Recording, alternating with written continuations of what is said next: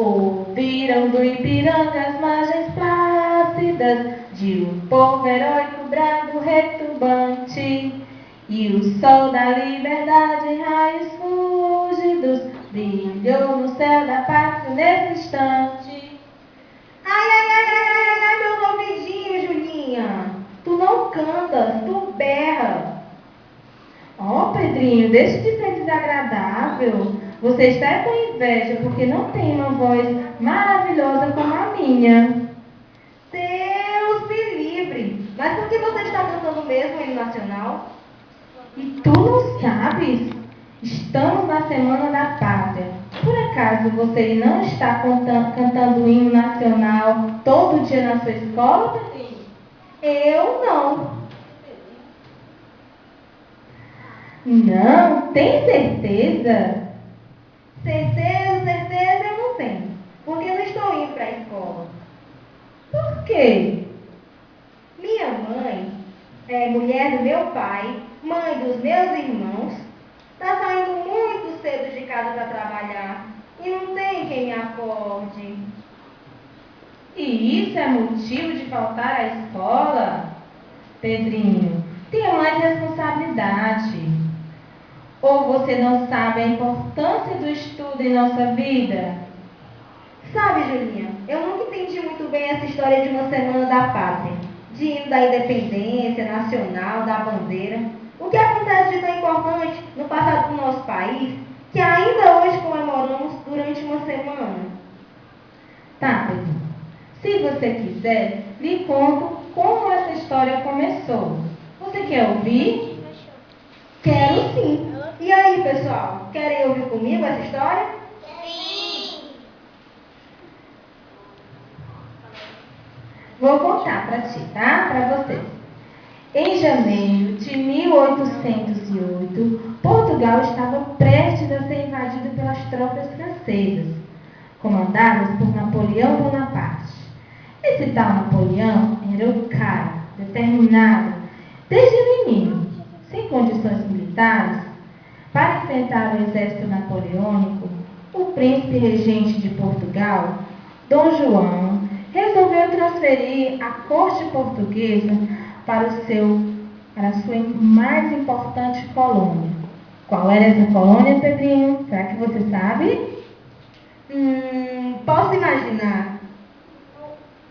O Brasil, Pedrinho, é claro. E assim fez. Eram 14 navios com a família real, parentes, amigos, funcionários públicos, documentos, obras de arte, objetos pessoais e muito dinheiro. Desembarcaram no Rio de Janeiro e ali se instalaram.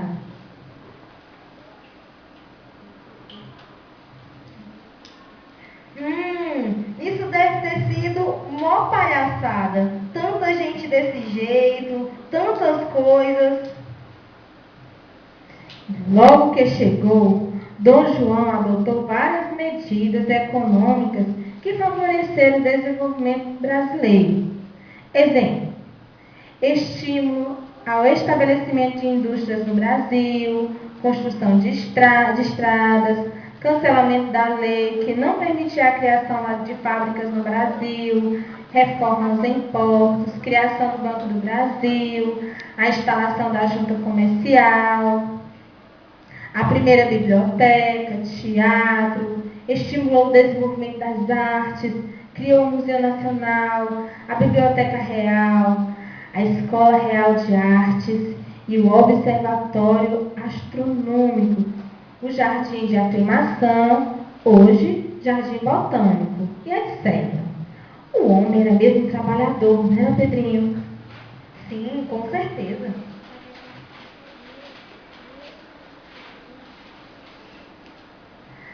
Bom, Pedrinho, continuando.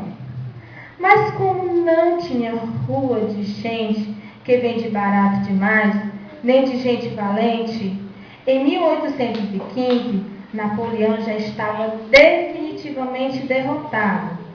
Portugal não era mais ameaçado pelo seu exército.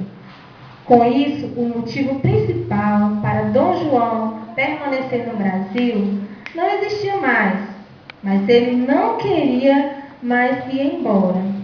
Já gostava daqui. Não é assim, Pedrinho? Quem vem para cá, depois de um certo tempo, né, se acostuma, gosta daqui, não quer mais voltar. E naquela época, o Brasil já causava esse sentimento nas pessoas. Legal, né? Dom João continuou governando em Brasil. Um Brasil que praticamente deixava de ser colônia. Ele decretou que o país era agora um Reino Unido de Portugal. E o melhor, a capital dos dois reinos ficavam aqui, no Rio de Janeiro. Você sabia, Pedrinho, que a primeira capital do Brasil foi o Rio de Janeiro? Eu não. E Brasília?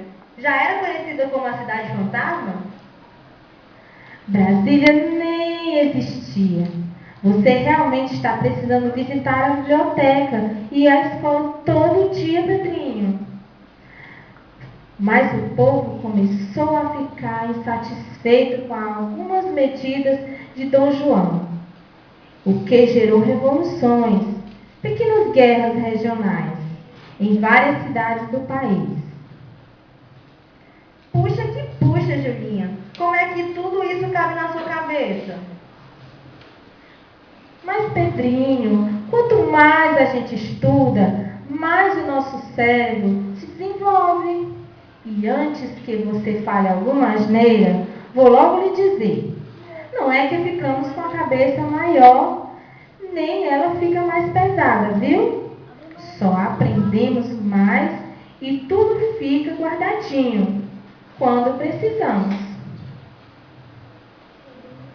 Então, por conta da insatisfação do povo e as revoluções, Dom João resolveu voltar para Portugal, sua terrinha, e deixar o país nas mãos de seu filho, o príncipe Dom Pedro I. O Brasil estava uma verdadeira panela de pressão e correndo o risco de ser recolonizado. Surgem então dois partidos.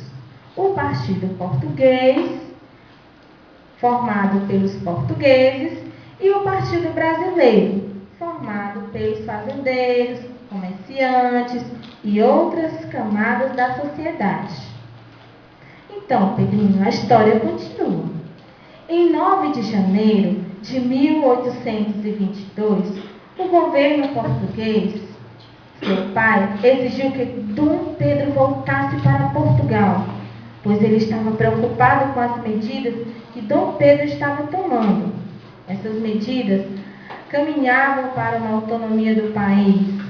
O Partido Brasileiro, que gostava do governo de Dom João, reuniu um documento com 8.000 assinaturas pedindo ao príncipe que ficasse no Brasil. Dom Pedro concordou e declarou para o público: se é para o bem do povo e a felicidade geral da nação, estou pronto. Diga ao povo que fico. Daí, dia conhecido no livro como Dia do Fico. Ah, então eu também tenho o dia do fico. O dia que eu fiquei com a Diana. Ora, Pedrinho, se isso é dia do fico, me poupe, hein?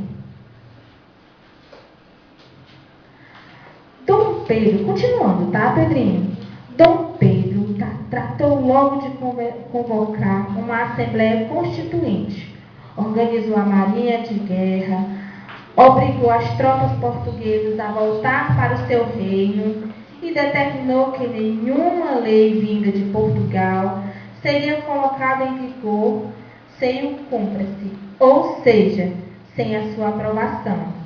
Além disso, ele ainda conclamava o povo a votar pela independência do Brasil.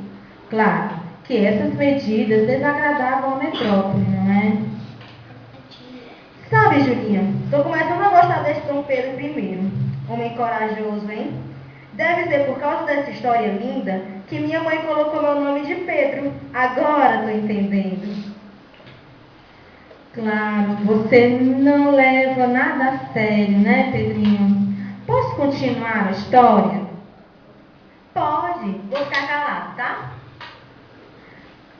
Um dia, o príncipe fez uma rápida viagem às Minas Gerais e São Paulo para acalmar os setores da sociedade que estavam preocupados com os últimos acontecimentos. Durante a viagem, recebeu uma carta de Portugal que determinava a anulação da Assembleia Constituinte e exigia a volta dele imediatamente para Portugal. Essa notícia chegou às mãos de Dom Pedro quando ele voltava de Santos, São Paulo, próximo ao rio Ipiranga.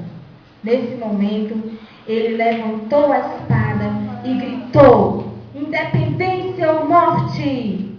Esse fato aconteceu em 7 de setembro de 1822 e marcou o dia da independência do Brasil.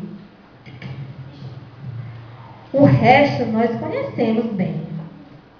Estou impressionado, Julinha, com a história da nossa pátria. É interessante. Olha, observei alguns detalhes parecidos com os de hoje, por exemplo.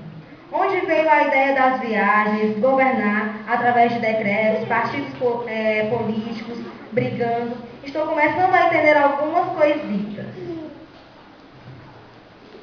Pois é, Pedrinho. E você, assim que nasceu, e foi assim que nasceu os símbolos brasileiros, como a bandeira, o hino. Ah, Pedrinho, tive uma ideia. Vamos convidar o pessoal a cantar com a gente? E aí, pessoal? Ei, pessoal, quer cantar com a gente o hino nacional? E aí a gente aproveita e convida o Pedrinho também. E ensina o Pedrinho também, né? Vamos lá?